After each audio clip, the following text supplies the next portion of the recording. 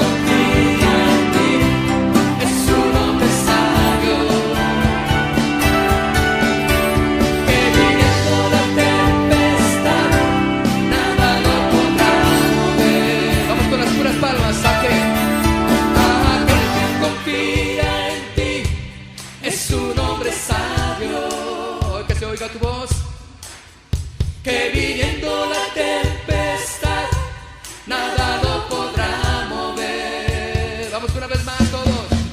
Aquel que confía en ti, es un hombre sabio,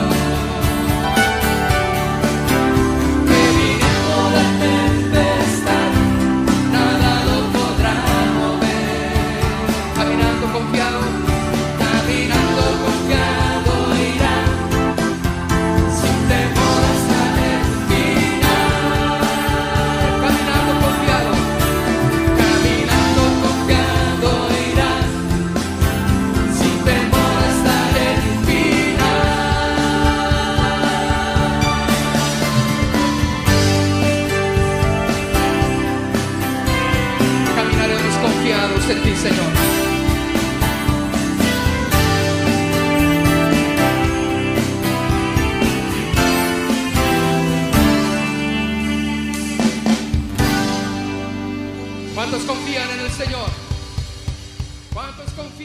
Jesucristo como la roca firme de nuestras vidas.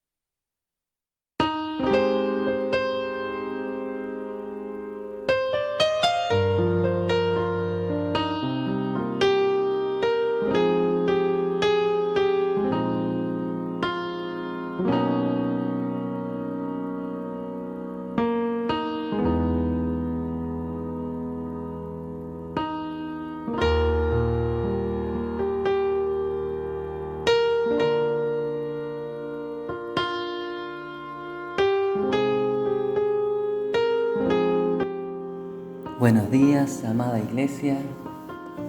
Los saludo con la paz del Señor, dándole gracias nuevamente a nuestro Dios porque ha tenido misericordia de nosotros en esta mañana.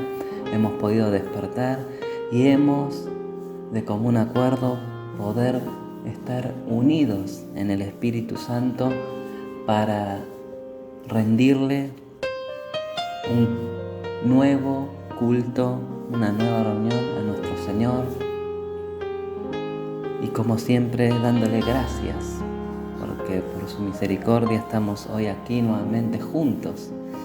Ya hemos alabado al Señor, hemos exaltado su nombre y ahora nos toca meditar en su bendita palabra, su poderosa palabra, su palabra que nos da vida, y rogándole al Señor que su Espíritu Santo nos guíe a toda la verdad que está en su palabra, que es la Biblia. Por eso vamos a comenzar esta nueva serie. Ya el domingo pasado le damos gracias al Señor por la vida del pastor Ahmed Vázquez de Casa Oración Toronto, en Canadá, por compartir la palabra con nosotros, y siguiendo con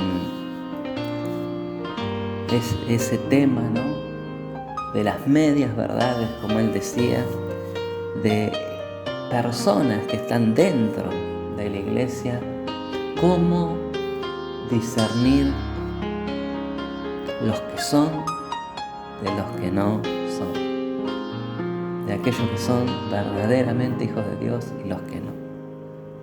Por eso a esta serie la titulé Temas de importancia para la iglesia.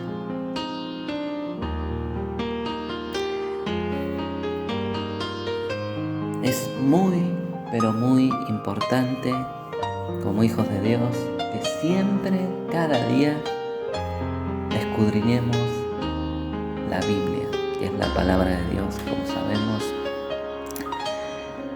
la sana doctrina, la doctrina de Cristo, la doctrina de los apóstoles. La palabra de Dios siempre y será la misma, no cambia, no varía. Su palabra es verdad, es verdadera, su testimonio es fiel, y su palabra es la única que convierte el alma del pecador para apartarlo del pecado y vivir en obediencia a Dios. Qué importante que eso esté en el corazón de cada hijo de Dios, porque si decimos amarlo, debemos obedecer todo el consejo de Dios que está en su palabra. Para comenzar, vamos a leer, vamos a ir a la carta de Judas, que tiene solamente un capítulo, pero muy profundo, hablando acerca de este tema, de los que están dentro de la iglesia, pero que debemos combatirlos con las armas que nos dio el Señor.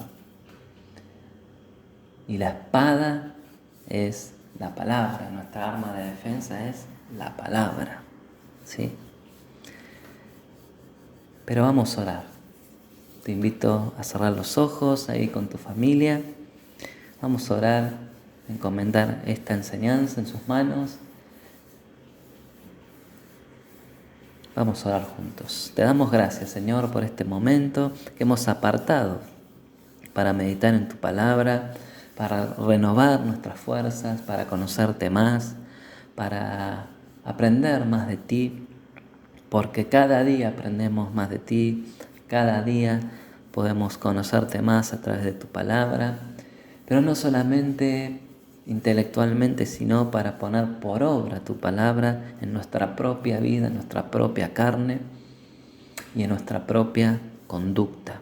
No mirando a los demás como es muy común, siempre ver la falla, el error del otro para justificarnos.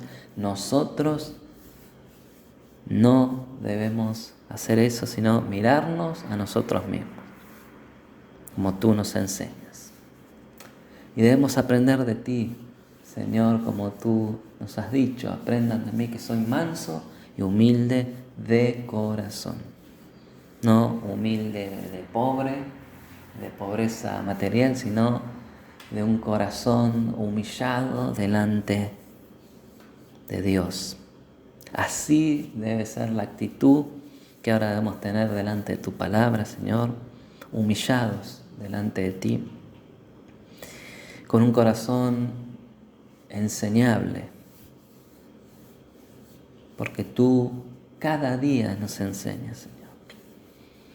Tú a los humildes tienes comunión, pero con los orgullosos, los altivos, aquellos que se creen saberlo todo, pero en realidad no saben nada. Porque vos mismo, Señor Jesús, dijiste, sean mansos y humildes de corazón. Por eso te damos gracias, Señor, y háblanos, como siempre lo haces. Te damos gracias porque tu palabra no vuelve a ti vacía, sino que siempre cumple el propósito que tú la has enviado. Te damos gracias, te doy gracias por mis hermanos que están escuchando en la congregación, amigos y hermanos de otras congregaciones de Casa Oración y de otras congregaciones. Sean bienvenidos y preparemos nuestros corazones para escuchar la palabra. Como le decía, amada iglesia, vamos a leer Judas 22 y 23. Porque un tema de suma importancia para la iglesia es convencer a los que dudan, dice. Yo tengo la versión para pueblo de Dios para todos, palabra de Dios para todos, que dice, tengan compasión de los que tienen dudas, y a otros sálvenlos del fuego, y traten al resto con misericordia. Pero ojo, tengan mucho cuidado, hay que odiar el pecado y rechazar hasta la ropa contaminada por la mala vida que ellos llevan. Acá entendemos más el texto, ¿no? Que nosotros, a los que dudan, a los débiles en la fe, es de todo ser humano el dudar alguna vez, pero con las pruebas indubitables que tenemos en la palabra, debemos convencer con amor, con mansedumbre, a aquellos que dudan. Y a los que dicen a otros salvarlos del fuego. ¿Por qué? Porque muchos están en errores doctrinal terribles, pero también no estamos para condenarlos, sino para tener misericordia de ellos. Porque dice la palabra también en otro pasaje, el que hace volver del error al hermano, dice el Señor, nos bendice, ¿sí? Pero también debemos tener mucho cuidado, porque muchos, al querer que el hermano, muchos que para que vuelvan a la congregación o para que no se vayan, están las dos situaciones, ¿no? Se malinterpreta esto, ¿no? Y por eso Judas decía esto, ¿no? Que debemos tener mucho cuidado, hay que odiar el pecado y rechazar hasta la ropa contaminada por la malvada vida que ellos llevan. Porque muchas veces queremos justificarlos, ¿no? Pobre. La misericordia, la compasión de Dios no se trata de eso. La lástima es que el mundo usa, ¿no? Que como se ven superiores a la otra persona, ay, pobre esta persona que le pasa esto, pero pobre, y miren, y quieren justificar sus mala conducta, ¿no? Como dice el dicho, ¿no?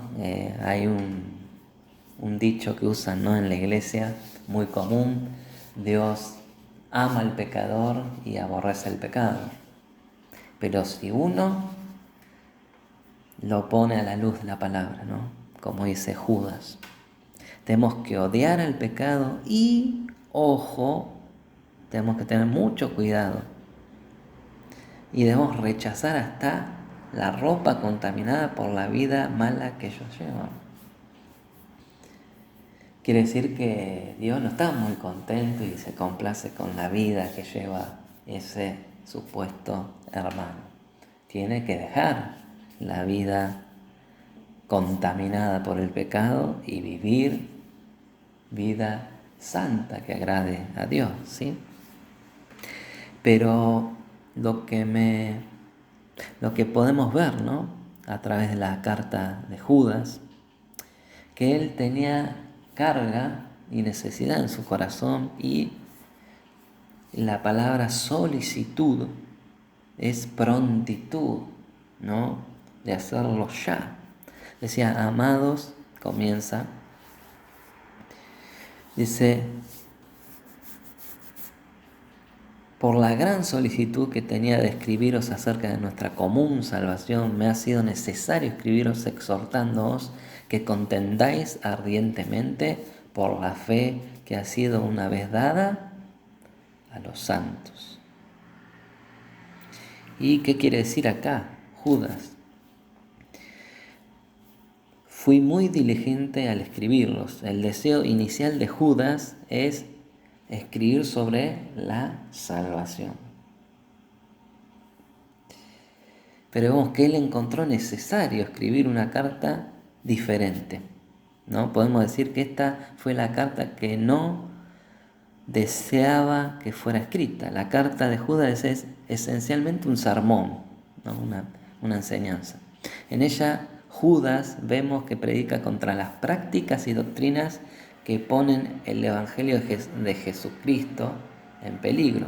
Se trata de cuestiones serias y Judas trata con ellas con seriedad, como debemos hacerlo y no tomarlo a chiste, sino que cada cosa que escuchamos, cada frase del apóstol, del pastor de moda, que no debería ser así, pero muchos tienen ídolos, ¿no? A los pastores, siguen a los hombres y no a Dios y a su palabra. Debemos tomarlo con seriedad y todo lo que escuchamos compararlo con la palabra, ¿sí?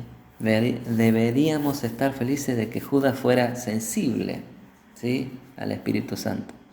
Lo que podría haber sido solo una carta de un líder cristiano a una iglesia en particular se convirtió en un precioso instrumento inspirado por el Espíritu Santo y valioso como una advertencia en estos actuales últimos días, concerniente, ¿no?, a nuestra común salvación. Nuestra salvación no es común, ¿sí?, en el sentido que es barata o de que que cualquiera pueda tenerla. Es común en el sentido de que hemos sido salvos en común, en la comunidad de Dios, ¿sí?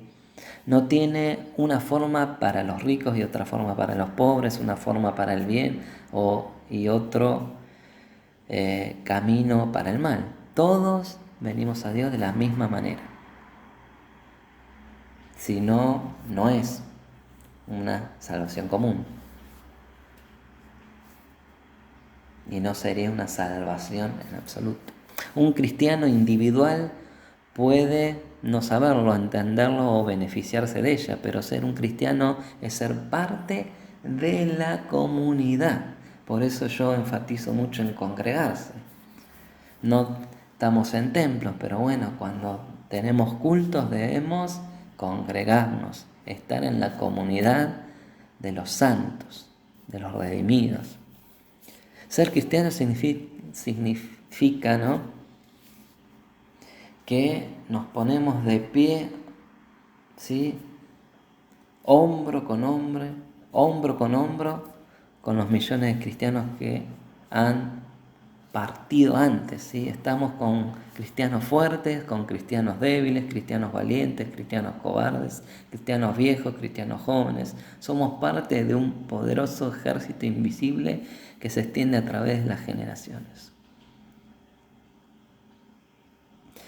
Sobre otros temas hay diferencias, ¿no?, entre los creyentes, pero todavía hay una, como decimos, común salvación, que goza, por ejemplo, el arminiano, así como el calvinista,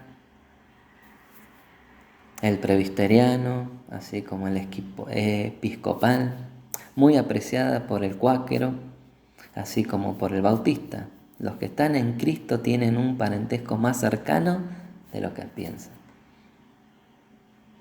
Y su intensa unidad en la profunda verdad esencial, fundamental, es una fuerza mayor de lo que la mayoría de ellos imaginan. Solo dele alcance y hará maravillas. Qué profunda, ¿no?, esta común salvación que tenemos. Porque los hombres hacen denominaciones, ¿no? Porque opinan la opinión de aquel hombre, le pareció bien y siguen, pero dentro de la sana enseñanza, ¿no? Pero vemos esta exhortación, ¿no?, palabras de ánimo de Judas, ¿no?, que dice: exhortándoos que contendáis ardientemente por la fe. Esta fue la gran necesidad por la que Judas interrumpió su carta. La antigua palabra griega traducida como contender proviene del mundo deportivo, atlético, de lucha libre. Es una forma reforzada de la palabra que significa agonizar. Por lo tanto, contender habla de trabajo duro y diligente. El verbo traducido como contender seriamente está en el presente, lo que demuestra que la lucha cristiana es continua. Era en ese tiempo y hoy en día es continua.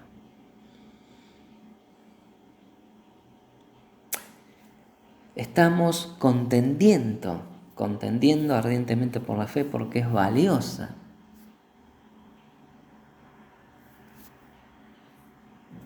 Amén.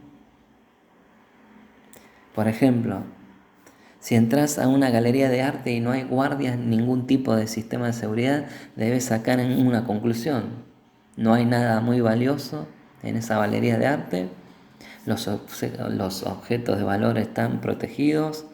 Las cosas sin valor no lo están. Vemos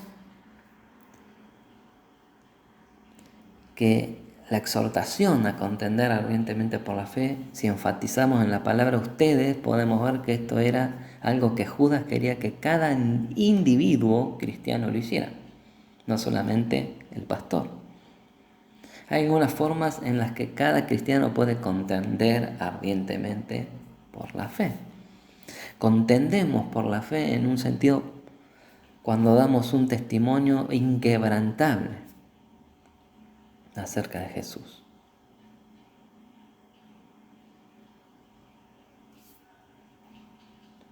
Damos un testimonio de Jesús cuando fortalecemos la mano de los pastores, fieles que honran la palabra de Dios en los púlpitos. Estas son algunas de las muchas maneras que podemos contender ardientemente por la fe, dando testimonio público de nuestra fe, aportando para el sostenimiento de la obra, hablándole a los que están enfermos, a los que están presos, ¿sí?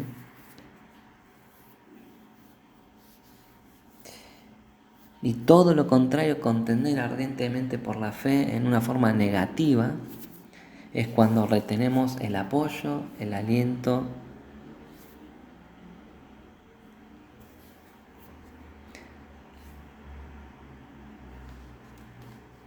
a los falsos maestros, cuando no denunciamos, cuando no están predicando la verdad.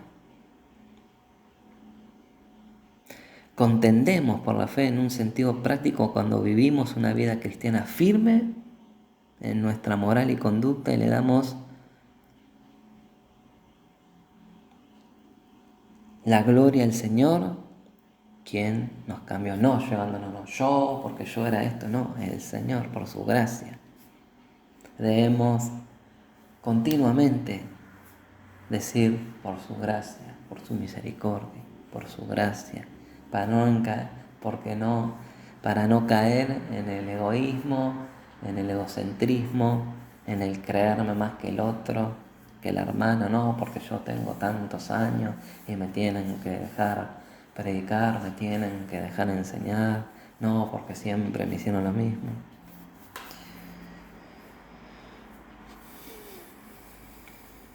Vemos que los misioneros fieles y evangelistas contienden ardientemente por la fe, pero no de la manera que el mundo entiende por contender, porque la Biblia rechaza a los que son contenciosos, ¿sí? ¿Me explico? Que es un fruto de la carne contrario al fruto del Espíritu, que es el amor, la paciencia, la mansedumbre, la templanza. Por eso debemos entender el contexto como estábamos leyendo, ¿sí? Y aquí dice Judas, ¿no? Contender ardientemente por la fe una vez dada a los santos. Aquí Judas nos dice por lo que estamos contendiendo, ¿no? Hay mucha contienda en el mundo, pero por lo general no por las cosas correctas, ¿sí? Pelean por celos, por envidias, por vanagloria, por obtener un lugar, por obtener una posición, por ganar más dinero, ¿sí? Pero aquí nos muestra la fe una vez dada a los santos. Es algo digno, por lo cual debemos pelear. Como decía Pablo, he peleado la buena batalla de la fe.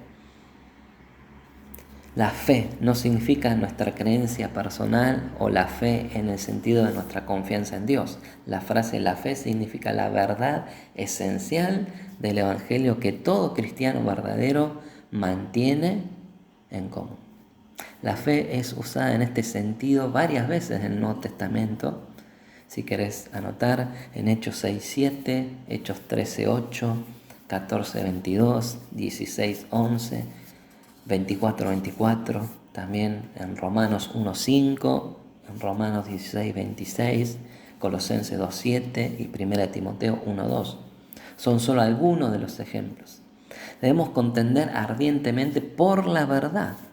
La fe es el cuerpo de la verdad que desde muy temprano en la historia de la Iglesia adoptó en forma definitiva. Podemos verlo en Hechos 2:42, Romanos 6:17 y Gálatas 1:23. Una vez significa que la fe fue entregada una vez y no necesita ser entregada nuevamente, ¿sí? Por supuesto, distribuimos esta verdad una y otra vez, pero fue entregada por Dios al mundo a través de Jesús y los apóstoles y profetas. Una sola vez, como dice Efesios 2:20, que vamos a leerlo. Efesios, si me querés acompañar.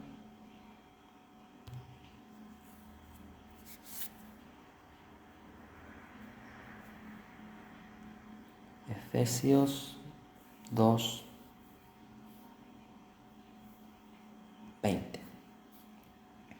Y dice así: edificado sobre el fundamento de los apóstoles y profetas, siendo la principal piedra del ángulo Jesucristo mismo.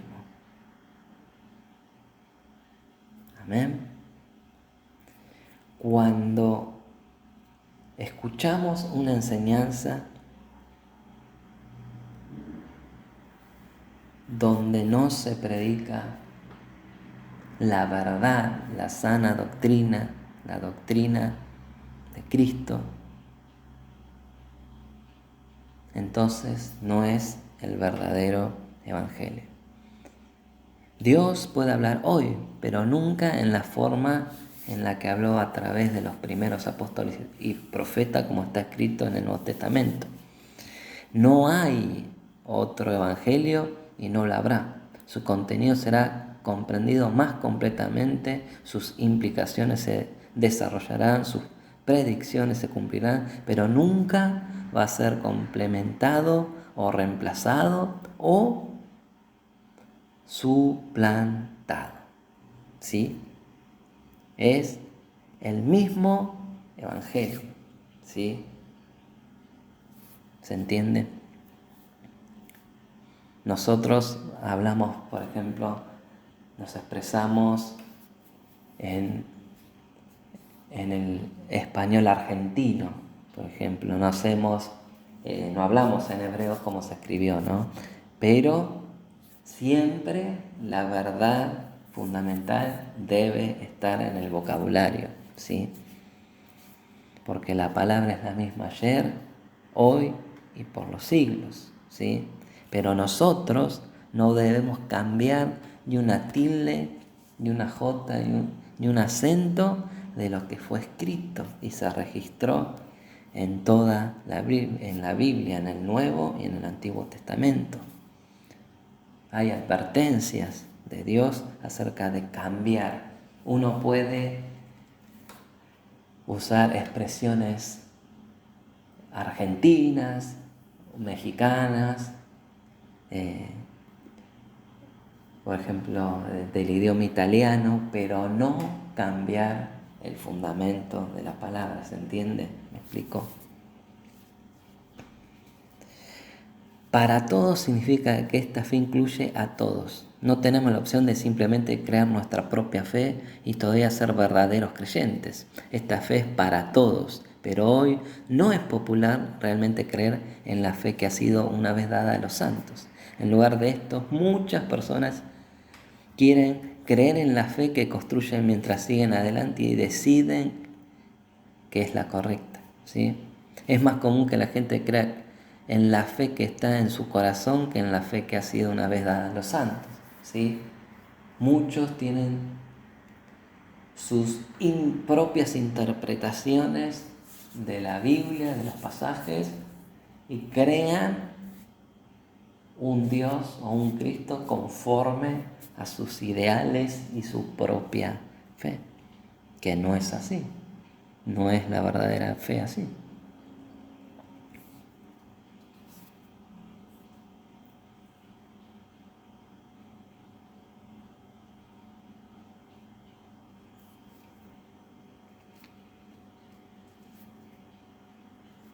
Hay fe que es individualista, es más una religión, ¿sí? Y es una religión muy popular hoy en día en el mundo. Pero la idea de lo que podemos o debemos crear nuestra propia fe está equivocada y no está en la Biblia. El cristianismo está basado en una fe que una vez fue dada a los santos, ¿sí? Y esa fe es en Cristo. ¿Por qué debemos contender por la fe? ¿Por qué debemos luchar cada día para que la fe verdadera, genuina, que el Señor quiere que tengamos? Porque Cristo dijo, cuando venga el Hijo del Hombre a la tierra, hallará fe. ¿Y qué fe está hablando? Esta fe fundamentada en Él y lo que Él le enseñó a los apóstoles. En la gran comisión Él les dijo, id a ser discípulos y enseñándoles todo lo que yo les he mandado. ¿Por qué debemos contender? Porque algunos, dice Judas, hombres han entrado encubiertamente, los que de antes habían sido destinados para esta condenación, hombres impíos que convierten la gracia de nuestro Dios en libertinaje y niegan a Dios, el único soberano y nuestro Señor Jesucristo. Algunos hombres han entrado encubiertamente. En parte esto es lo que lo hace tan peligroso. Entran desapercibidos. Nadie advirtió que eran peligrosos. No llevaban una etiqueta que decía peligro, peligro, peligro, falso maestro, con su nombre grande. Estos ciertos hombres probablemente pretendían ser más bíblicos que cualquier otra persona que sí lo era verdaderamente. Hay personas que están en la congregación cruzadas de brazos a ver en qué se equivoca el pastor para decir, no, el pastor se equivocó en esto. Dijo esta palabra y no era Pablo, era Pedro que dijo esa palabra, en cosas que no agreden a la doctrina, ¿no? ¿Me explico? Entrando encubiertamente significa deslizarse en secreto como por un lado de la puerta, ¿sí? Satanás sabe muy bien que un demonio en la iglesia puede hacer mucho más daño que 1000 demonios fuera de sus límites, ¿sí? Y dice, los que desde antes habían sido destinados para esta condenación. Estos ciertos hombres tienen un destino. El destino de cada líder y falso maestro están marcados y destinados para condenación. Y esto es suficiente para decir que son hombres impíos. Son impíos en el sentido de que no son como Dios. No les importan las apariencias externas y le hacen caso omiso a lo que Dios dice en su palabra.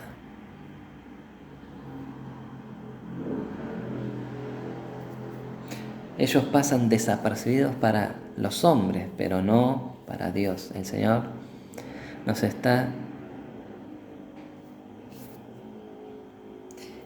está atento, ¿sí?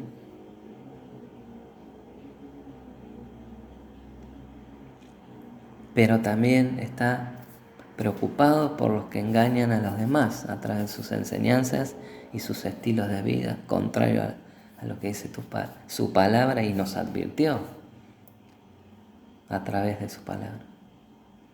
Ellos pueden pasar de inadvertidos para algunos creyentes, pero en lo que a Dios se refiere, su condena fue marcada hace mucho tiempo. Sus juicios están asegurados y la verdad triunfa siempre. Nuestra responsabilidad es estar en el lado de la verdad. Y dice que estos hombres convierten la gracia de nuestro Dios en libertinaje. Estos ciertos hombres habían recibido algo de la gracia de Dios, pero cuando la recibieron la convirtieron en una excusa para su libertinaje, su pecado. La idea detrás de la antigua palabra libertinaje es un pecado que se practica sin vergüenza, sin ningún sentido de conciencia o de la decencia. Por lo general la palabra se usa en el sentido de los pecados sensuales, como inmoralidad sexual, pero también puede ser usada en el sentido de la enseñanza antibíblica, cuando la verdad es negada y la mentira se enseña sin vergüenza. Como hoy en día están enseñando y muchos pastores están avalando la homosexualidad, la unión homosexual. ¿Qué decir, no? El Señor tenga misericordia. Judas tenía probablemente ambas ideas en mente, pues como se evidencia en el resto de la carta, estos ciertos hombres tenían tanto problemas morales como problemas doctrinales. Estas palabras de Judas muestran que existe un peligro en la predicación de la gracia, ¿sí? Hay algunos que pueden tener la verdad de la gracia de Dios y convertir la gracia de nuestro Dios en libertinaje. Pero esto no quiere decir que haya algo malo o peligroso acerca del mensaje de la gracia de Dios, si lo enseñamos como nos enseña la palabra. Simplemente muestra cuán corrupto es el corazón humano. Como un pastor argentino muy conocido que hace espectáculos, que tiene programas de noticias en Estados Unidos, que yo siempre decía en mi familia que mejor se hubiera dedicado a hacer humor como un humorista que hizo hasta revistas cómicas cristianas, faltando respeto a sus pastores y a pastores de antes, ¿no? Que hacen espectáculo, ¿no? Con el Evangelio y no se toman en serio las cosas de Dios, las verdades de Dios, y no tienen temor y muestran lo corrupto que es, ¿no? Pero nos muestra la miseria del corazón humano que no se humilla ante Dios, que es orgulloso, que niegan al único Dios verdadero y nuestro Señor Jesucristo. Estos ciertos hombres niegan al Señor Jesucristo, lo tienen en sus labios, ¿no? Hablan del Señor, pero lo niegan con sus hechos. Ellos hacen esto al negarse a reconocer que Jesús dijo que Él era, y por lo tanto también niegan que Dios es el Padre. Vemos el carácter de estos hombres peligrosos. Asimismo, también estos soñadores mancillan la carne, rechazan la autoridad y blasfeman de los dignatarios. Asimismo, también Judas ha conectado los ciertos hombres con la gente de Sodoma y Gomorra en su sensualidad, mancillan la carne y en su rechazo a la autoridad de Dios, ¿sí? Rechazan a la autoridad. Cuando Judas señaló que estos determinados hombres rechazan la autoridad, quiso decir que dichos hombres querían estar en autoridad, por lo tanto rechazaron la autoridad de Dios y rechazaron a los que Dios puso en autoridad en la iglesia, que son los pastores. Hoy nuestra cultura nos anima a rechazar a toda la autoridad y a reconocernos a nosotros mismos como la única autoridad real en nuestras vidas. Podemos hacer esto con la Biblia al optar por solo creer ciertos pasajes, ¿no? Como te decía. Lo podemos hacer con nuestras creencias al escoger en el buffet de ensalada de las religiones, o podemos hacerlo con nuestro estilo de vida, al hacer nuestras propias reglas y no reconocer autoridades competentes que Dios ha establecido. En los días más oscuros de Israel, la sociedad fue caracterizada por un patrón que cada uno hacía lo que bien les parecía, como se acuerdan, estudiado en Jueces. Eso siempre está en el corazón humano, pero no regenerado ni nacido de Dios. Hemos estado enseñando el año pasado el orden de Dios. Qué importante que aprendamos a respetar a las autoridades que Dios ha establecido. Pasa en esta pandemia, las autoridades del gobierno dicen algo, dicen Y muchos pastores que conozco dicen, no, pero no es tan así, o no, ¿por qué si los otros no lo hacen? Pero uno sí, porque uno quiere agradar al Señor, no a los hombres. Uno no es que respeta, no estamos reuniendo en los templos porque queremos agradar al presidente de Argentina. Lo hacemos para agradar a Dios porque Él impone las autoridades. Sean buenas o sean malas, dicten leyes buenas a favor del cristiano o dicten leyes en contra. Nosotros debemos respetar. ¿Sí? Muchos dirán, no, pero Pedro dijo que nosotros debemos obedecer a Dios antes que a los hombres.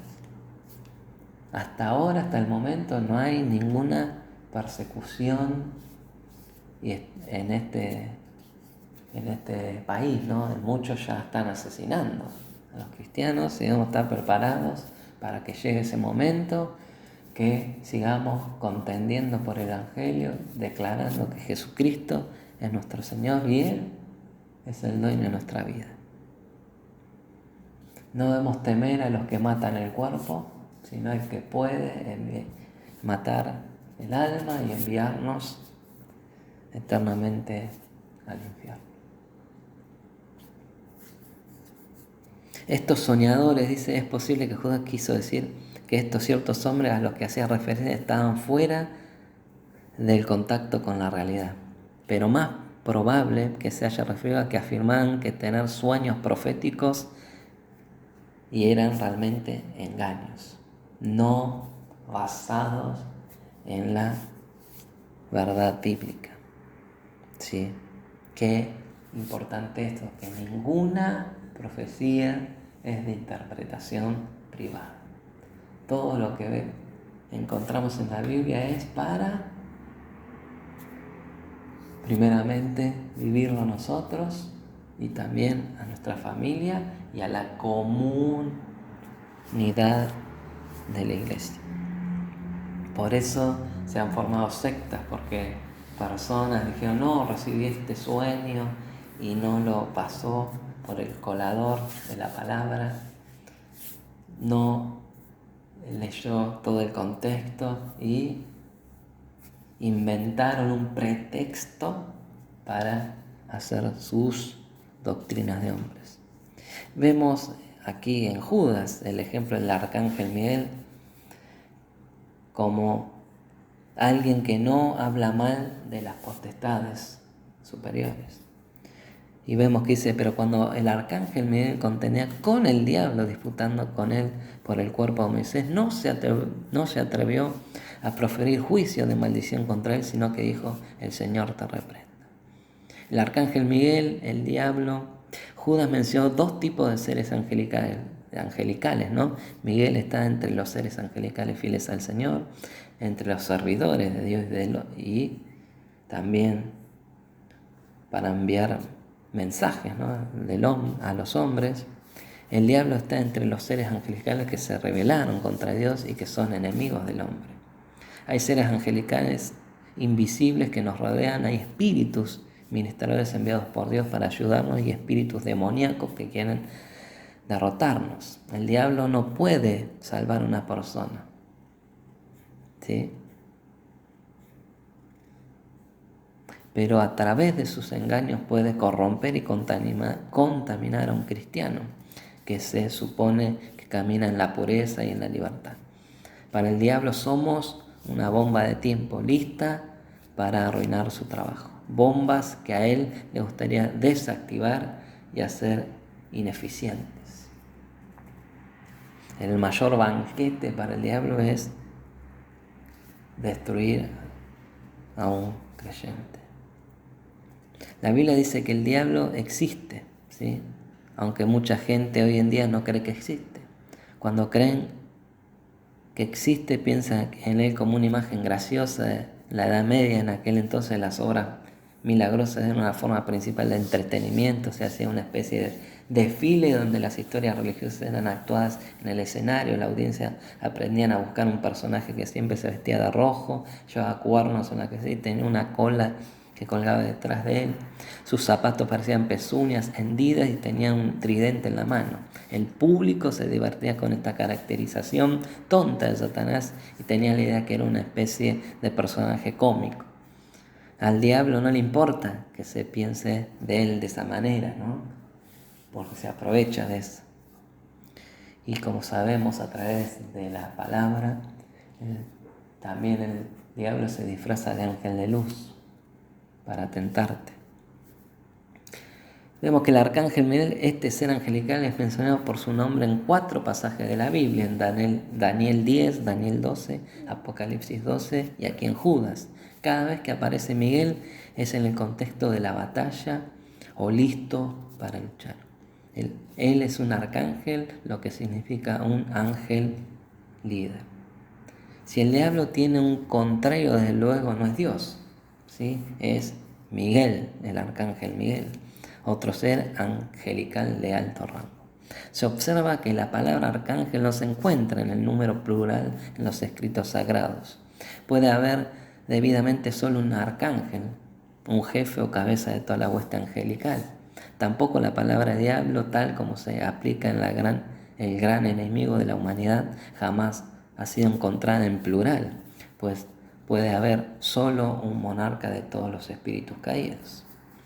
Dice que cuando él disputó por el cuerpo por Moisés, esto es otra oscura referencia de Judas. Lo último que sabemos sobre el cuerpo de Moisés se encuentra en Deuteronomio 34, 5 y 6, que Moisés, siervo de Jehová, murió allí en la tierra de Moab, conforme a la palabra de Jehová, y lo enterró en el valle en la tierra de Moab, enfrente de Peor, pero nadie conoce el sepulcro hasta hoy. No sabemos dónde Judas recibió la información sobre esta disputa, ¿no? Es posible que haya recibido una revelación única de Dios. Pero de acuerdo a los maestros de la iglesia, Judas se refirió a un libro conocido como la Asunción de Moisés, de lo cual solo porciones pequeñas sobreviven. No sabemos aún por qué había una disputa por el cuerpo de Moisés. Algunos han dicho que el diablo quería usar el cuerpo de Moisés como un objeto de culto para dirigir a Israel por el camino de la idolatría. Otros han pensado que Satanás quería profanar el cuerpo de Moisés y reclamó el derecho de ello porque Moisés había matado a un egipcio. Y es más probable considerar la posibilidad de que el diablo anticipó un propósito que Dios tenía con el cuerpo de Moisés y trató de derrotar ese plan. Sabemos que después de su muerte Moisés se apareció en forma corporal en la transfiguración de Mateo, que podemos ver en Mateo 17, 1 al 3, con Elías, cuyo cuerpo fue llevado al cielo. Podemos verlo en 2 Reyes 2:2. Quizá también Moisés y Elías son 2 testigos de Apocalipsis, los 2 testigos de Apocalipsis 11. Y Dios necesita el cuerpo de Moisés para ese plan futuro. Pero para Judas el punto principal no es la razón por la que Miguel disputó, sino cómo disputó con el diablo. No se atrevió a pronunciar el juicio de maldición, sino que dijo: el Señor te reprenda. La forma de la lucha de Miguel es un modelo para la guerra espiritual. En primer lugar vemos que Miguel estaba en una batalla. En segundo lugar vemos que se enfrentó con la autoridad del Señor. Esto nos demuestra que Miguel no es Jesús, como algunos grupos heréticos han pensado que Jesús reprendió al demonio por su propia cuenta, pero Miguel no lo hizo.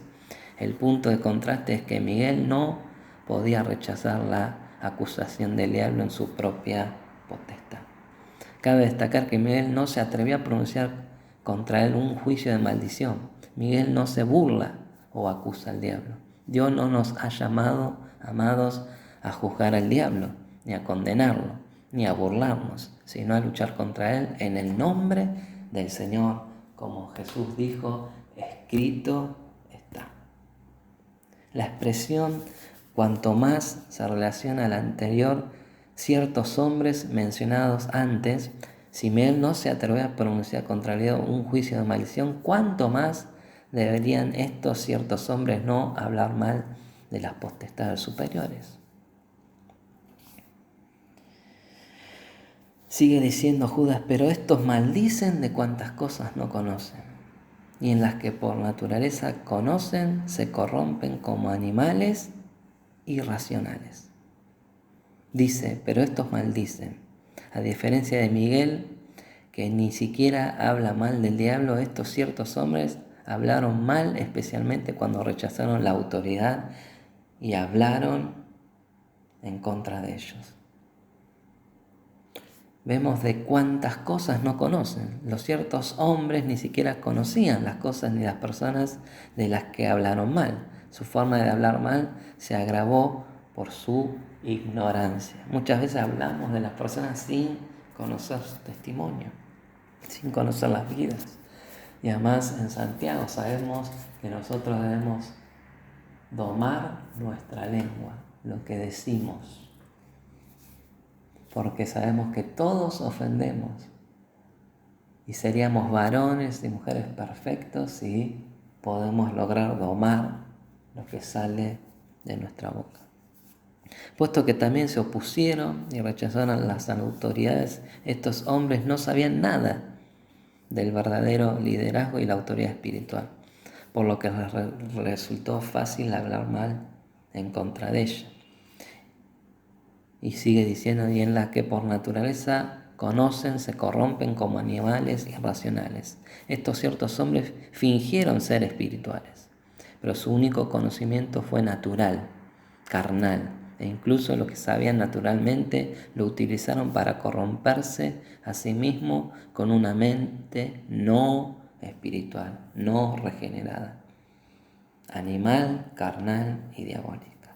Por eso la palabra animales irracionales, los animales pueden ser inteligentes o ingeniosos de una manera instintiva, pero obviamente no tienen el conocimiento espiritual.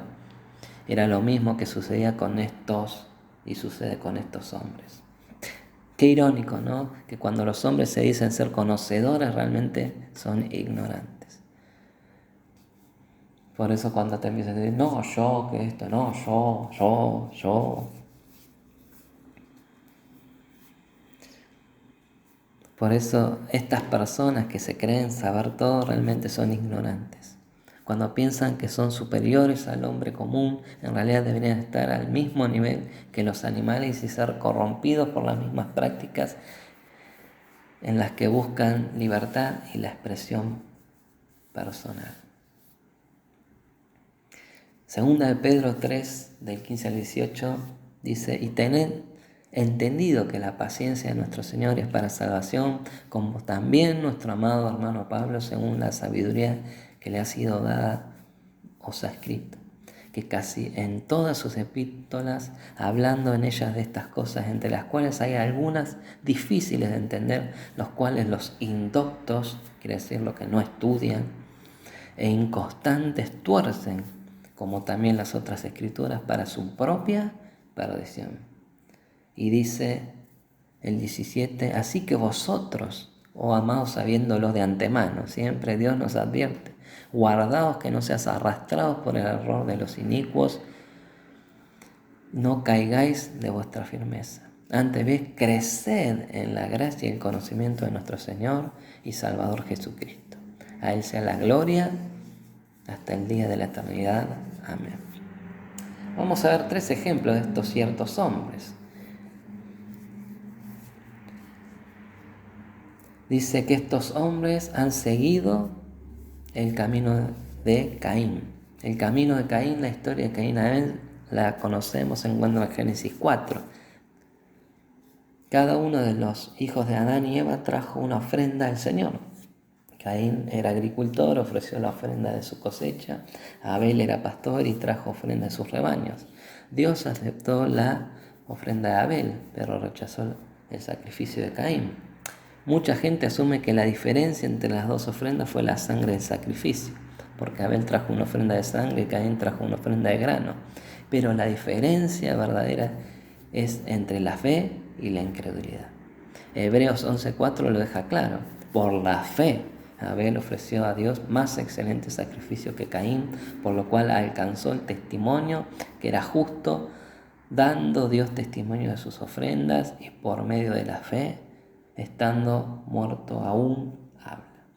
El sacrificio de Caín era probablemente más agradable de los sentidos que el de un cordero muerto, pero su sacrificio fue ofrecido sin fe y por lo tanto era inaceptable para Dios. Nosotros debemos dar a Dios todo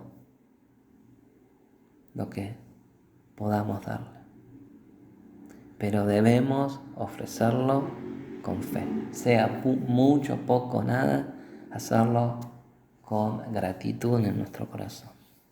También estos hombres vemos, dice que después de que Dios rechazó su sacrificio, Caín se enojó mucho y decayó su semblante, y se enojó porque sabía que había sido rechazado por Dios. En un ataque de ira, Caín asesinó a Abel y luego le mintió a Dios.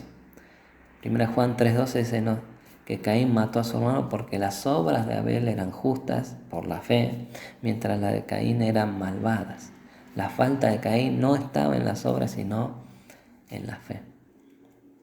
Judas dice que Caín tipifica una forma que ciertos hombres siguen el camino de la incredulidad y la religión vacía, religiosa, lo que lleva a los celos, a la persecución de la verdad divina y finalmente a una ira asesina. No hay mayor maldición sobre la tierra que el vacío, la vana religión. Los que tienen una forma de piedad pero niegan el poder de ella, la eficacia de ella. 2 Timoteo 3:5.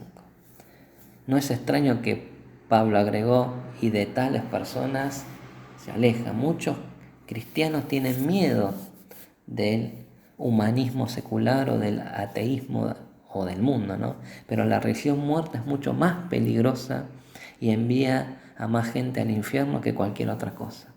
Estos ciertos hombres estaban en el camino de Caín, el camino de la fe muerta, de la religión falsa. Los ciertos hombres están en el error de Balaam, y porque dice, y se lanzaron por lucro en el error de Balaam. El error de Balaam, la historia de Balaam, se encuentra en Números 22 al 25 y 31. Durante el tiempo del Éxodo, Israel avanzó en la tierra de Moab después de derrotar a los amorreos. Cuando los israelitas llegaron, Balac, rey de Moab, buscó la ayuda de un profeta llamado Balaam. La primera delegación del rey Balac llegó a Dios y le dijo a Balaam que no tuviera nada que ver con ellos. Las primeras palabras de Dios a Balaam fueron: no vaya con ellos ni maldigas al pueblo porque es bendito. Después de la primera visita, otra delegación más prestigiosa llegó a grandes riquezas. A Balaam quería ir con ellos y Dios le permitió ir. Balaam codiciaba la riqueza y el prestigio que le ofrecieron. Dios le advirtió a Balaam para que diera marcha atrás cuando iba camino a ver a Balac. Sin embargo, su corazón se encuentra en la rica recompensa que el rey Balac prometió. Siguió adelante Balaam, incluso ignoró a un burro hablando, enviado para advertirle que diera marcha atrás. Balaam supo que había hecho mal. En Número 22:34 dice, le dijo a Dios, he pecado. Ahora pues, le desagrada a usted, voy a dar la vuelta, dice, ¿no? Pero no se volvió atrás, continuó negando a ver que cuando Dios dice no, hay que tomarlo como un no. En cambio, Dios le dio a Balaam lo que su corazón pecaminoso deseaba. Después de reunirse con el rey Balac de Moab, Balaam profetizó sobre Israel en 4 ocasiones, pero como hablaba la palabra de Dios, no maldijo a Israel, en su lugar los bendecía cada vez. Cuando no tuvo éxito en maldecir a Israel, Balaam aconsejó a Balac sobre la forma de llevar a Israel a estar bajo una maldición. Le dice que en lugar de tratar de tener profeta que los maldiga, debe llevarlos a la fornicación y a la idolatría, y entonces Dios los maldecirá a Israel por desobediente. Balac hizo solo eso, enviando a sus jóvenes al campamento de Israel a dirigir a Israel a la inmoralidad sexual y a la idolatría. A causa de su pecado, Dios maldice a Israel con una plaga de juicio que mató a 24.000 personas. Por lo tanto, Balaam era culpable de los más grandes pecados, llevar deliberadamente a otros a pecar, y peor aún, lo hizo por dinero. Y se lanzaron por lucro en el error de Balaam. El error codicioso de Balaam fue que estaba dispuesto a poner en peligro todo por dinero. Los ciertos hombres fueron advertidos por Judas acerca de que tenían el mismo corazón. Muchos cristianos nunca negarían a Jesús bajo la persecución, pero podrían negarlo si les ofrecen una gran suma de dinero. No hay un solo pecado con que el hombre corrupto no se comprometería por el bien del dinero. La codicia es un pecado tan peligroso que mató a Jesús. Lo mataron por 30 piezas de plata. Las 30 piezas de plata ayudaron a poner a Jesús en la cruz. Judas lo entregó por 30 monedas de plata. Y se lanzaron por lucro, literalmente se derramaron. Esta es una fuerte imagen de una indulgencia excesiva, pero Pablo también usa el mismo término para referirse a la forma extravagante en que Dios nos ama. El amor de Dios ha sido derramado en nuestros corazones. Esta palabra está en Romanos 5:5. Y estos hombres experimentan la rebelión de Coré y perecieron en la rebelión de Coré. La rebelión de Coré, la historia de Coré se encuentra en Números 16. Era un hombre prominente en Israel y un día vino a Moisés diciendo, y se juntaron contra Moisés y Aarón y le dijeron, basta ya de vosotros, porque toda la congregación, todos ellos son santos y en medio de ellos está Jehová. ¿Por qué pues os levantáis vosotros sobre la congregación de Jehová? Coré y sus seguidores resistieron la autoridad que Dios les dio a Moisés y Aarón. Como pasa hoy en día, no, el pastor es joven, no, el pastor es viejo, no, el pastor esto, el otro. Y Dios nos ha puesto. Cuando Coré dijo esto, Moisés se postró sobre su rostro sabiendo que el juicio de Dios vendría pronto. Moisés propuso entonces una prueba. Cada grupo tomó 2 incensarios para quemar incienso y se presentó ante el Señor. El Señor mismo elegiría al hombre que él quería que lo representara, Moisés o Coré.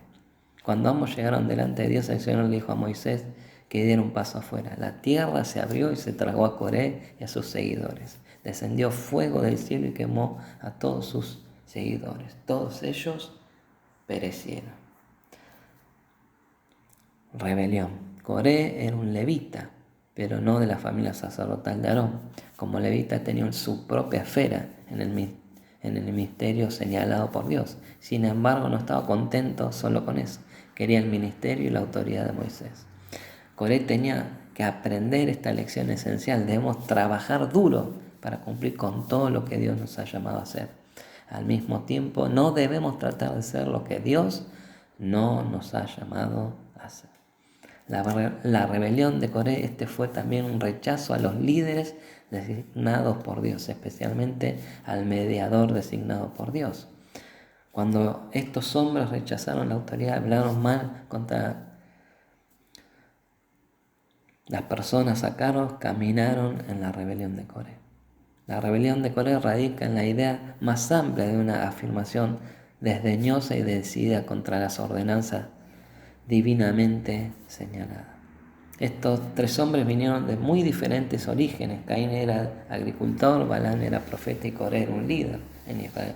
La apostasía no se limita en un grupo de personas. Hay apóstatas en el púlpito, en la casa de los pobres y en la casa de los ricos. Y lo triste que le espera futuramente. Estos son manchas a vuestros ágapes, comiendo impúdicamente con vosotros. Se apacientan a sí mismos, nubes sin agua, llevadas de acá para allá por los vientos, árboles otoñales sin fruto, 2 veces muertos y desarraigados. Fieras ondas del mar que espuman su propia vergüenza, estrellas errantes para las cuales está reservada eternamente la oscuridad de las tinieblas. Cuando dice mancha a vuestros ágapes, los primeros cristianos a menudo se reunieron para una comida en común, algo así como una cena compartida. Llamaron a estas comidas fiestas de amor o fiestas de ágape. Cuando llegaron estos hombres que se estaban sirviendo a sí mismos, comieron con avidez en las fiestas de amor, mientras que otros pasaban hambre, como lo veíamos en Corintios, que enseñaba Pablo acerca de la cena, que se esperen, que coman en sus casas. En la fiesta todo el mundo traía lo que podía. Algunos traían poco, otros traían mucho, pero todos compartían juntos. Para algunos esclavos eran cristianos, hasta podría haber sido la única comida decente que comían regularmente. El egoísmo de estos hombres arruinó la comunión, como leemos en 1 Corintios 11, 17 al 34. Se describe un problema similar en la iglesia. Siempre se daña la comunión cuando venimos a la iglesia con la actitud egoísta de bendecime, a mí, solo a mí. Muchos de los que nunca comerían egoístamente en una comida de la iglesia, si son capaces aún venir a la iglesia preocupados con servirse solamente ellos mismos. No tienen cara. Sirviéndose solamente a ellos mismos. Literalmente en el griego antiguo esto es pastoreándose a sí mismos. Eran pastores de una especie de ellos mismos. Nubes sin agua llevadas de allá para acá por los vientos. Las nubes sin agua no sirven para nada. No traen lluvia vivificante, solo bloquean el sol, existen solo para sí mismas. Los ciertos hombres mencionados por Judas son como esas nubes. Una vez mientras conducía, estas nubes se conducen sin rumbo exacto. Van de aquí para allá, como el tambo que es arrebatado por el viento, ¿no? Árboles otoñales sin fruto. A finales del otoño los árboles deberían tener fruto, pero algunos no daban fruto, incluyendo cuando es lo que deberían hacer. Los ciertos hombres eran como árboles que solamente en lugar de dar, no dan nada. Fieras ondas del mar. Para el hombre moderno el mar es a menudo algo bello, pero para el hombre antiguo, especialmente en las culturas bíblicas, el mar significaba un terror incontrolable. Isaías 57:20 expresa esta idea. Pero los impíos son como el mar en tempestad, que no puede estarse quieto y sus aguas arrojan fango y lodo. Estos hombres están ocupados y activos como las fieras ondas del mar, pero lo único que hicieron fue arrojar espuma de su propia vergüenza. Estar ocupado no es sinónimo de ser idóneo. El fruto de estos hombres era como la espuma sucia en la orilla del mar. Judas tiene en mente la línea de la costa que queda sucia, ¿no? Y fea después de que una tormenta ha arrojado todo tipo de madera a la deriva de algas y residuos. Estrellas errantes, al igual que los cometas que atraviesan velozmente el cielo, estos ciertos hombres asombraron al mundo por un tiempo y luego desaparecen en la oscuridad. Una estrella imprevisible. No era buena para la orientación o la navegación en ese tiempo. Del mismo modo, estos engañadores eran inútiles e indignos de confianza. Y aquí vemos, para las cuales está reservada eterna oscuridad de las tinieblas. Esto describe su destino, a menos que se arrepientan. Ellos terminarán en el infierno y estarán allí eternamente. El castigo del infierno es eterno, porque un simple hombre está pagando por sus propios pecados, ofreciendo un sacrificio imperfecto que debe repetirse una y otra vez por la eternidad. Un hombre perfecto puede ofrecer un solo sacrificio, pero un hombre imperfecto debe ofrecer continuamente un sacrificio. Nuestras obligaciones hacia Dios son infinitas y por lo tanto solo se cumplen en Cristo, una persona infinita. No podemos, como dice Hebreos, otra vez crucificar al Señor. No, fue el sacrificio una vez y para siempre, y ese sacrificio hizo perfectos a los santos. Y dice que de estos también profetizó Judas, ¿no? Estamos leyendo nuevamente. Y de estos profetizó Enoc, séptimo desde Adán, diciendo: he aquí, vino el Señor con sus santas decenas de millares para hacer juicio contra todos y dejar convicto a todos los impíos de todas sus obras impías que han hecho impíamente, y de todas cosas duras de los pecadores impíos han hablado contra él. Ahora Enoc, aquí Judas cita a Enoc, quien es descrito en Génesis 5 y se menciona en Hebreos 11. ¿Sí? El libro antiguo de Enoc no fue recibido como escritura, pero era altamente respetado tanto entre judíos como entre los cristianos primitivos. Tertuliano nos dice que el libro de las profecías de Enoc fue conservado por Noé en el arca y que lo continuaron y fue leído hasta los tiempos de los apóstoles, pero debido a que contenía muchos testimonios famosos concernientes a Jesucristo, los judíos por malicia suprimieron y eliminaron todo el libro. Qué tremendo, ¿no? Judas no citó a Enoc para decirnos nada nuevo, sino para dar una descripción vívida de lo que ya la Biblia enseñaba. El apóstol Pablo también citó a fuentes no bíblicas al menos en 3 ocasiones diferentes, en Hechos 17:28, 1 Corintios 15:33 y Tito 1:12. Esto no era para proclamar una nueva verdad, sino para apoyar un principio bíblico ya establecido. Al citar Judas el libro de Enoc no quiere decir que todo el libro de Enoc esté inspirado en la Escritura, solo la porción que Judas citó, ¿sí? De la misma manera, cuando Pablo citó a un poeta pagano, no quiere decir que toda la obra del poeta se inspiró en Dios, ¿se entiende? Para hacer juicio contra todos y dejar convicto a todos los impíos. En esta cita del libro Enoc, Judas enfatizó las palabras todos y los impíos. Dios viene a juzgar a todos los impíos, para hacer juicio contra todos. Muchas personas toman el juicio de Dios a la ligera, ¿no? Pero la pregunta más importante en el mundo es: ¿Dios va a juzgarme? ¿Rendiré cuentas a Él? Si somos verdaderamente responsables ante Dios, somos tontos si no nos preparamos para enfrentar ese juicio.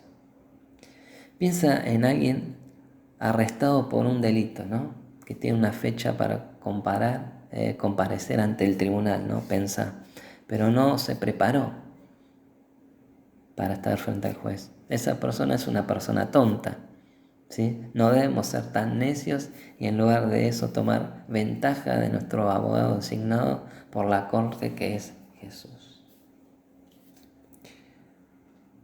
Y vamos a ver los métodos, ¿sí?, que usan estos hombres. Estos son murmuradores querellosos que andan según sus propios deseos, cuya boca habla cosas infladas, adulando a las personas para sacar provecho. Pero vosotros, amados, tened memoria de las palabras que antes fueron dichas por los apóstoles de nuestro Señor Jesucristo, los que os decían: en el postrer tiempo habrá burladores que andarán según sus malvados deseos. Y vemos estas palabras fuertes, ¿no? Murmuradores querellosos, cuya boca habla cosas infladas, adulando a las personas. Judas cuenta que los métodos de estos hombres giraban en torno a las palabras.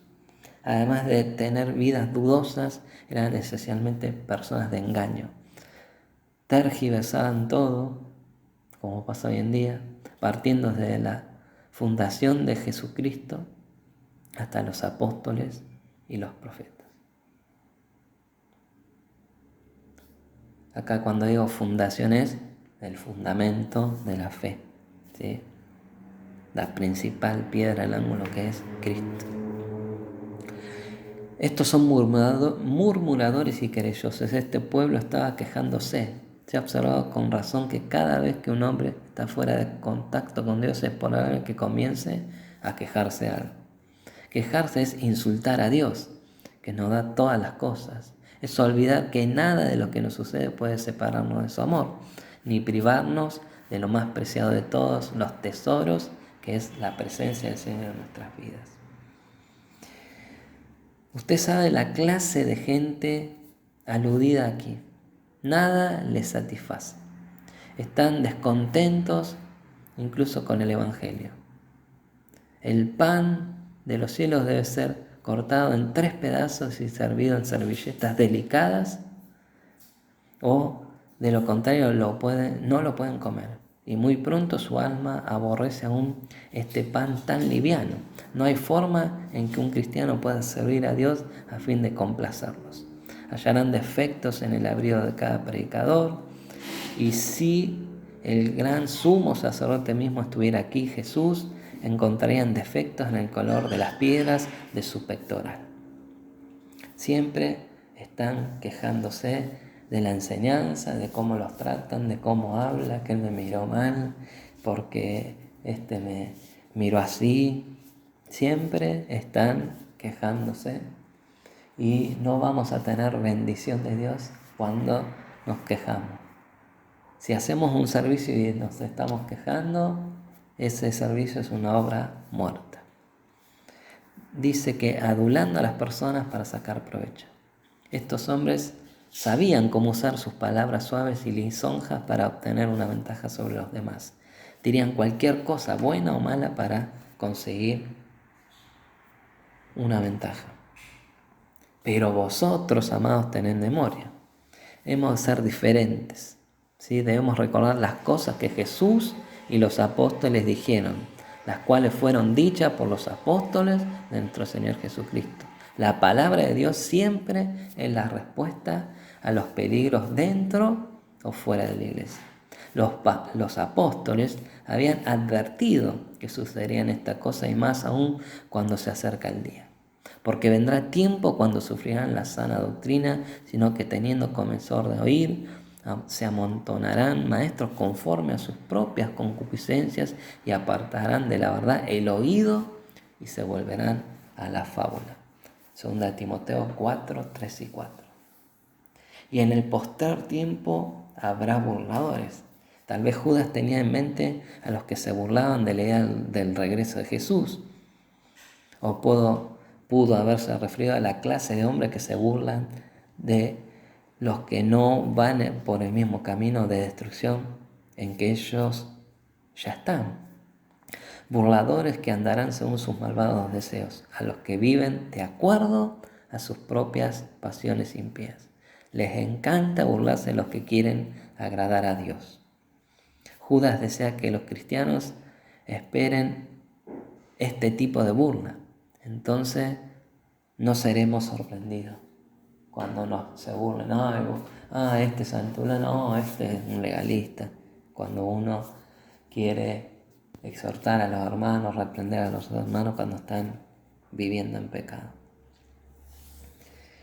Estas personas, estos hombres que están introducidos en la iglesia, son los que causan divisiones, los sensuales que no tienen al Espíritu. Los sensuales, esencialmente, estos hombres no eran espirituales, eran carnales e insensibles al Espíritu. Sensual en este contexto nada tiene que hacer con atractivo sexual. Describe a la persona que vive solo por y para los que ellos pueden obtener en su sentido físico y viven egoístamente. Su lema es: si me siento bien, lo haré. ¿Cómo puedo estar equivocado si me siento tan bien? Yo ahora no sirvo porque no lo siento. Y dice que estos son los que causan divisiones. Tienen un instinto para separarse ellos mismos y causar divisiones. La palabra encontrada solamente una vez en la Biblia denota a esas personas superiores que se guardan a sí mismos, es decir, cristianos fariseos, que no tienen al Espíritu. Esta misma descripción puede ser escrita sobre muchas iglesias y proyectos de iglesia. La iglesia y el mundo verdaderamente necesitan hoy genuinos hombres y mujeres espirituales. Los que no tienen al Espíritu son carnales. Significativamente, Judas no nos está diciendo que ataquemos a estos hombres, ¿no?, que están dentro de la iglesia, que son un peligro a la iglesia. En lugar de eso nos dice que nos enfoquemos en nuestro caminar con el Señor, ayudando a otros afectados por estos hombres. a enseñarles a los que están en el mal camino a que se enfoquen en Dios, simplemente no prestarles atención a los ciertos hombres malvados, excepto la necesaria para estar apercibidos, atentos, cuidadosos, porque Dios se hará cargo de ellos.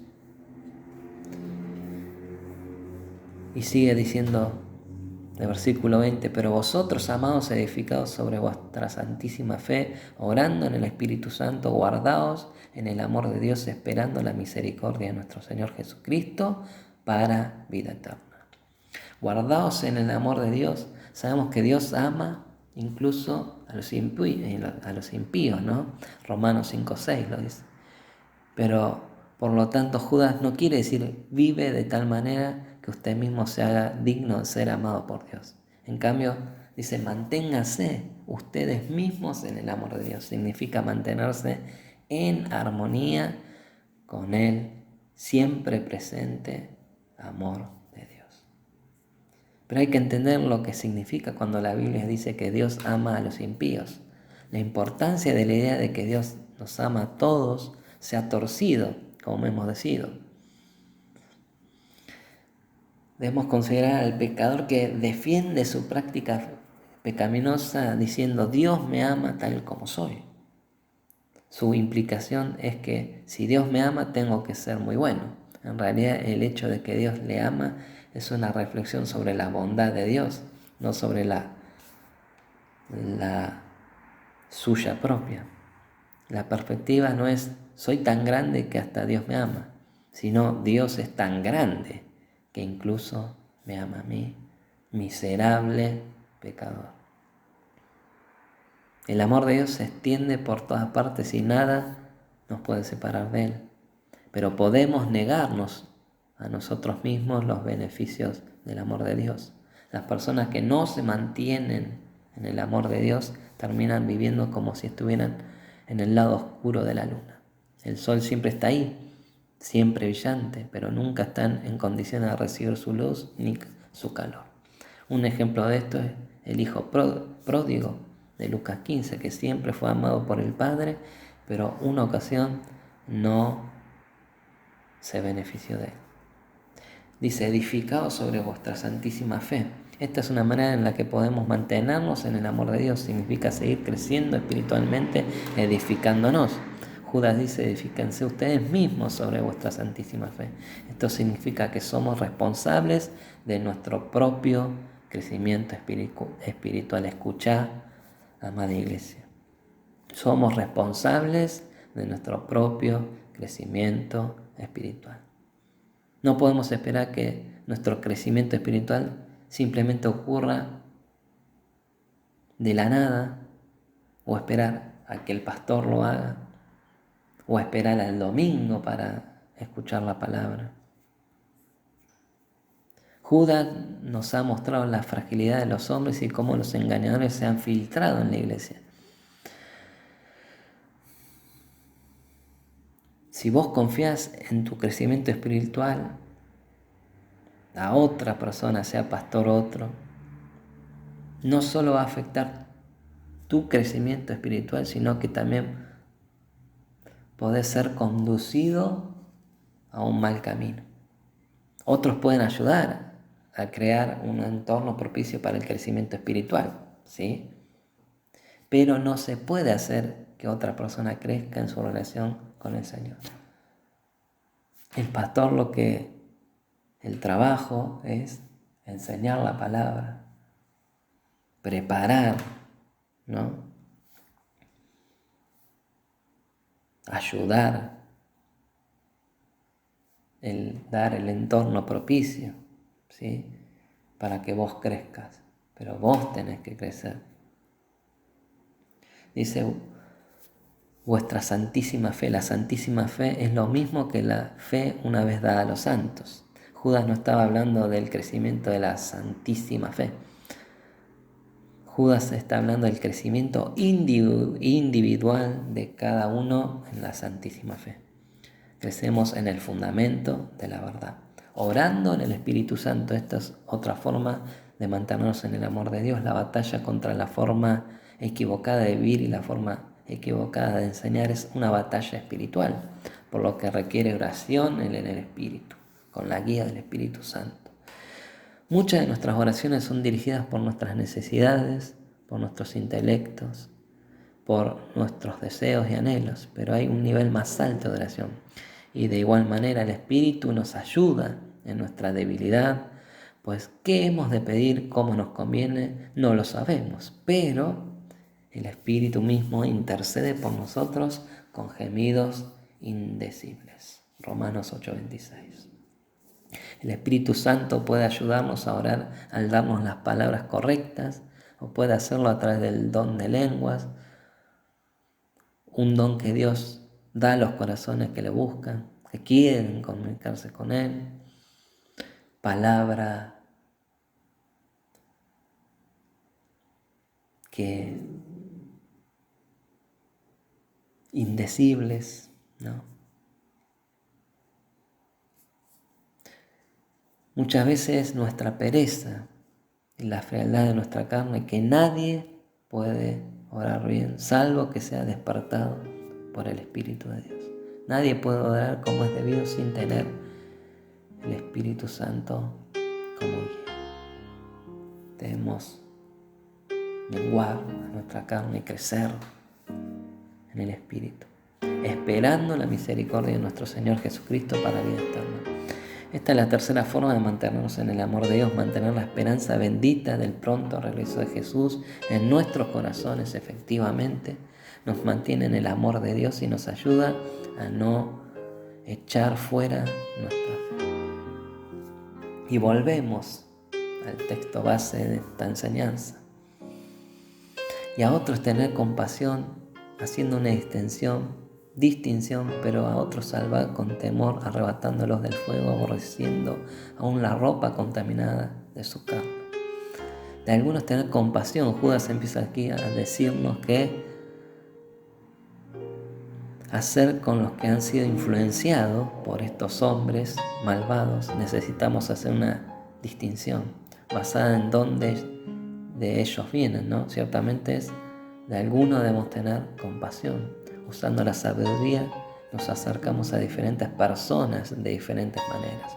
Al ser sensibles al Espíritu Santo podemos saber cuándo debemos consolar y cuándo debemos reprender. Los cristianos no deben abandonar a un amigo que coquetea con las falsas enseñanzas. Debemos ayudarlos a atravesar por ellos con amor y mansedumbre. La manera es continuar amándolos, no importa lo mala que una persona es o lo engañosa y terrible que sea su doctrina. No se nos permite odiarlos o ser indiferentes a su salvación. Debemos tener compasión. A menudo significa velar por alguien, ayudarlo con responsabilidad. Mientras tanto, vele por los demás, así como por usted mismo, y bríndale esa ayuda a sus diversas necesidades.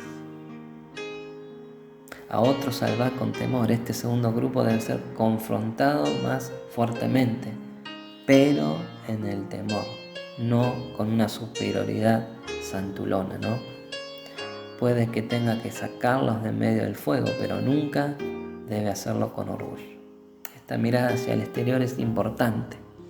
Esto demuestra que no solo nos preocupamos por nuestro propio bienestar espiritual, demuestra que realmente nos preocupamos por los demás cristianos que están desplazándose hacia un error que los puede llevar a la muerte.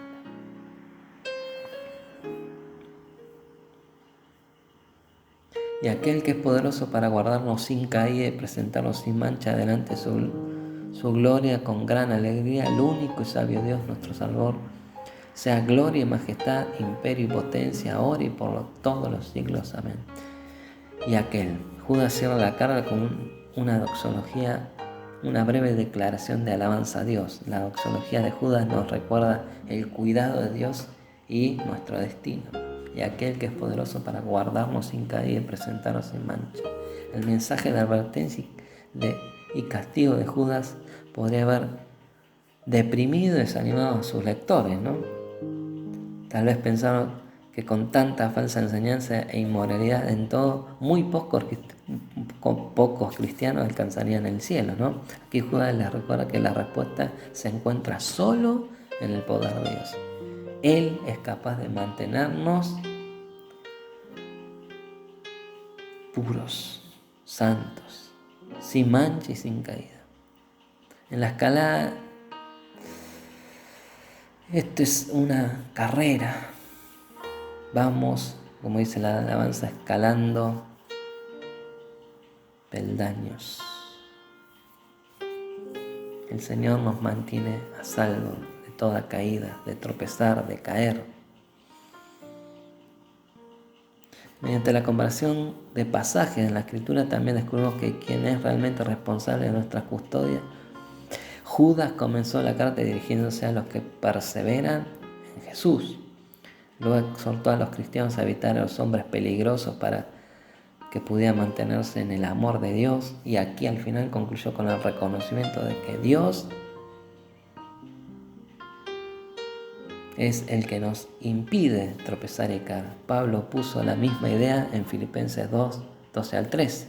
Ocupaos en vuestra salvación con temor y temblor, porque Dios es el que en vosotros produce así el querer como el hacer por su buena voluntad. Mantenernos espiritualmente seguros en la obra de Dios, pero siempre se le puede decir a las personas que Él está trabajando porque ellos están trabajando también.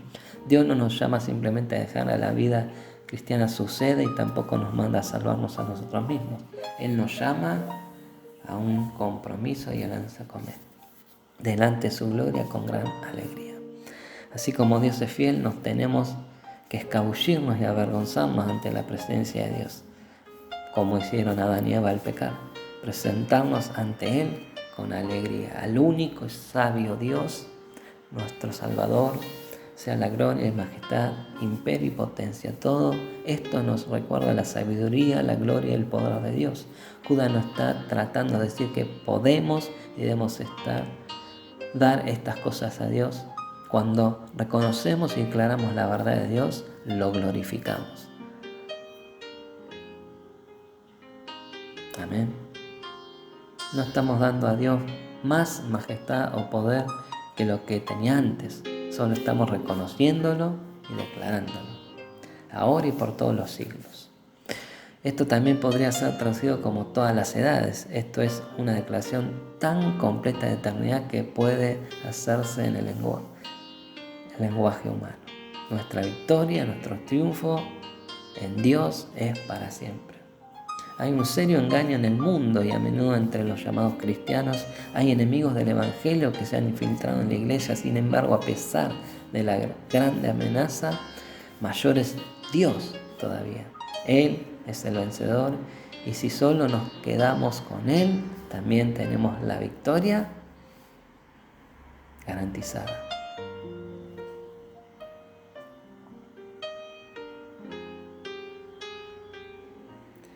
Primera de Juan, para ir terminando, 2:18, dice: debemos seguir en la doctrina de Cristo y los apóstoles. Deben apegarse al mensaje verdadero tal como lo enseñaron, para que así también con la sana enseñanza pueda ayudar a los creyentes y corregir a los que se oponen. Pues hay muchos que son rebeldes, que hablan de cosas que no sirven para nada y llevan a otros por el mal camino. En particular me refiero a todos aquellos que entre nosotros que dicen que los que no son judíos deben ser circuncidados para ser agradables a Dios. Ellos están destruyendo familias enteras, enseñando lo que no deben para conseguir dinero, mala vida. Hay que taparle la boca a esa gente. Esto está hablando de lo que sucedía, ¿no?, el apóstol Juan, de lo que sucedía en las iglesias, y Tito. Vemos también que Pablo lo puso para corregir a toda la iglesia, a las congregaciones que estaban en Creta, para que corrija lo deficiente, ¿no?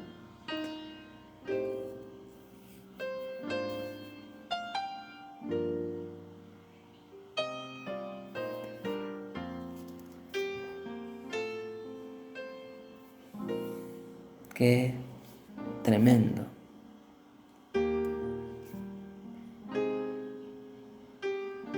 Miren lo que dice Tito 15 y 16. Para los de corazón puro, todo es puro, pero para los que están llenos de pecado y no tienen fe, nada es puro. Para el contrario, su manera de pensar y su conciencia están corrompidas.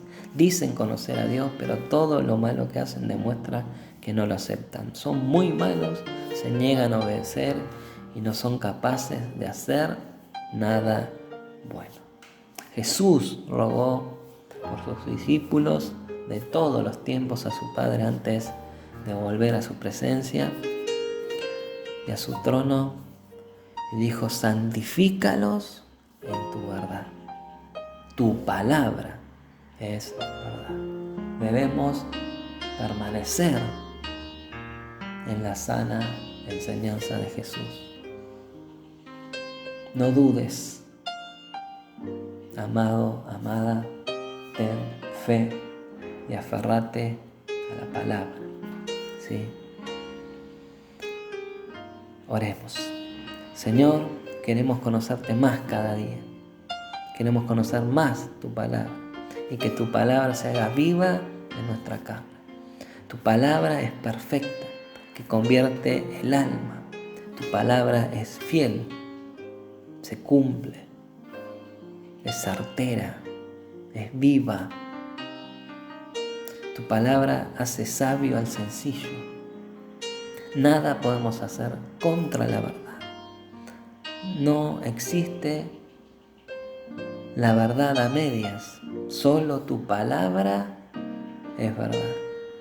Que no escuchemos solo las enseñanzas motivacionales que nos alientan a seguir pecando, a cumplir anhelos, sueños, sino todo tu consejo, Señor.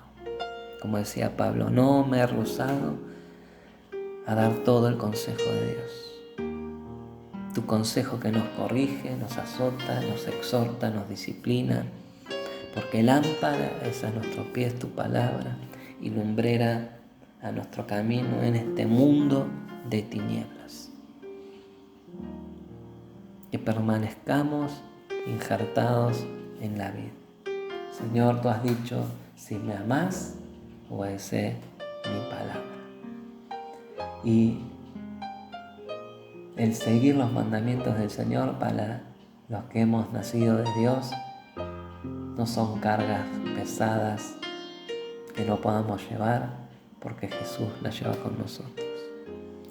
Por eso te damos gracias, Señor, en el nombre de Jesús. Amén. Dios te bendiga, amada, amado. El Señor nos ha hablado que debemos tener misericordia de estas personas que están dentro de las iglesias y muchas veces nos quejamos, nos enojamos. Oremos por misericordia y que nosotros estemos firmes en la palabra para ayudar a los caídos, a los débiles, a los que dudan, que los convenzamos con nuestros testimonios de vida. Que vean a través nuestro a Cristo, no nuestras palabras, sino nuestras actitudes y el amor de Cristo en nosotros. Adoremos al Señor juntos. Saludos en casa. Dios te bendiga.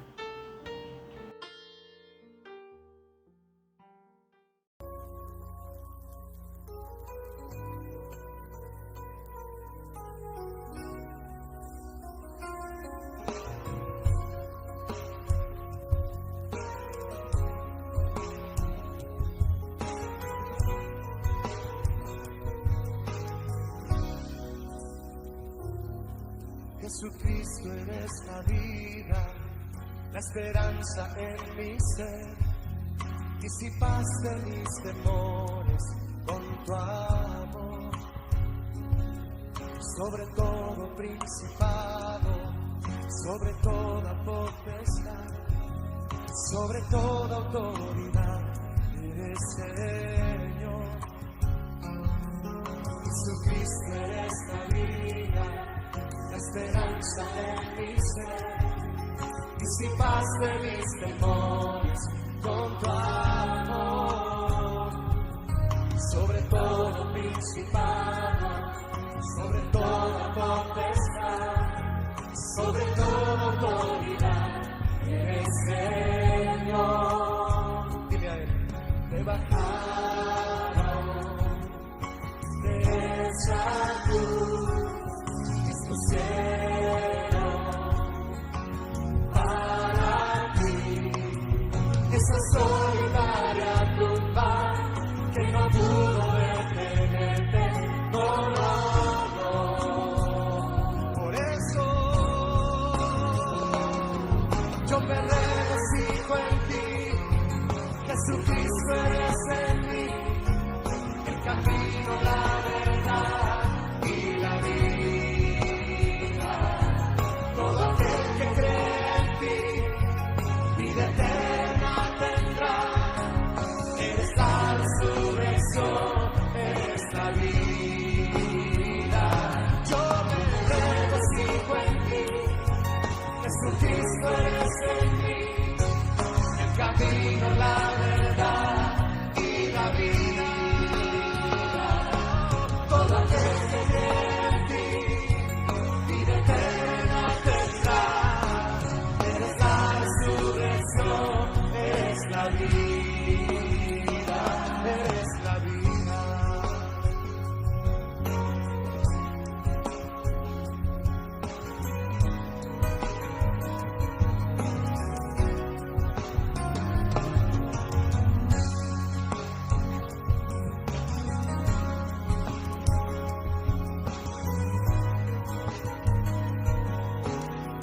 Todas las mujeres, díganle a Jesús, Jesucristo. Eres la vida, esperanza en mi ser, dice más de mis temores con tu amor. Todos los varones, sobre todo principado y sobre toda potestad, sobre toda autoridad, eres Señor. Todos juntos digámosle, te bajaron de esa cruz, expusieron para ti esa solitaria tumba que no pudo detenerte. Oh, Señor, yo me regocijo en ti, Jesucristo eres en mí, el camino, la verdad y la vida. Todo aquel que cree en ti, vida eterna tendrá. Eres la resurrección, eres la vida. Solo las voces. Yo me regocijo en ti, Jesucristo eres en mí, el camino, la verdad y la vida. Todo aquel que crea en ti, vida eterna tendrá. Eres la resurrección, eres la vida. Yo me regocijo en ti, Jesucristo eres en mí, el camino, la verdad y la vida. Todo aquel que crea en ti, vida eterna tendrá. Eres la resurrección, eres la vida, la vida.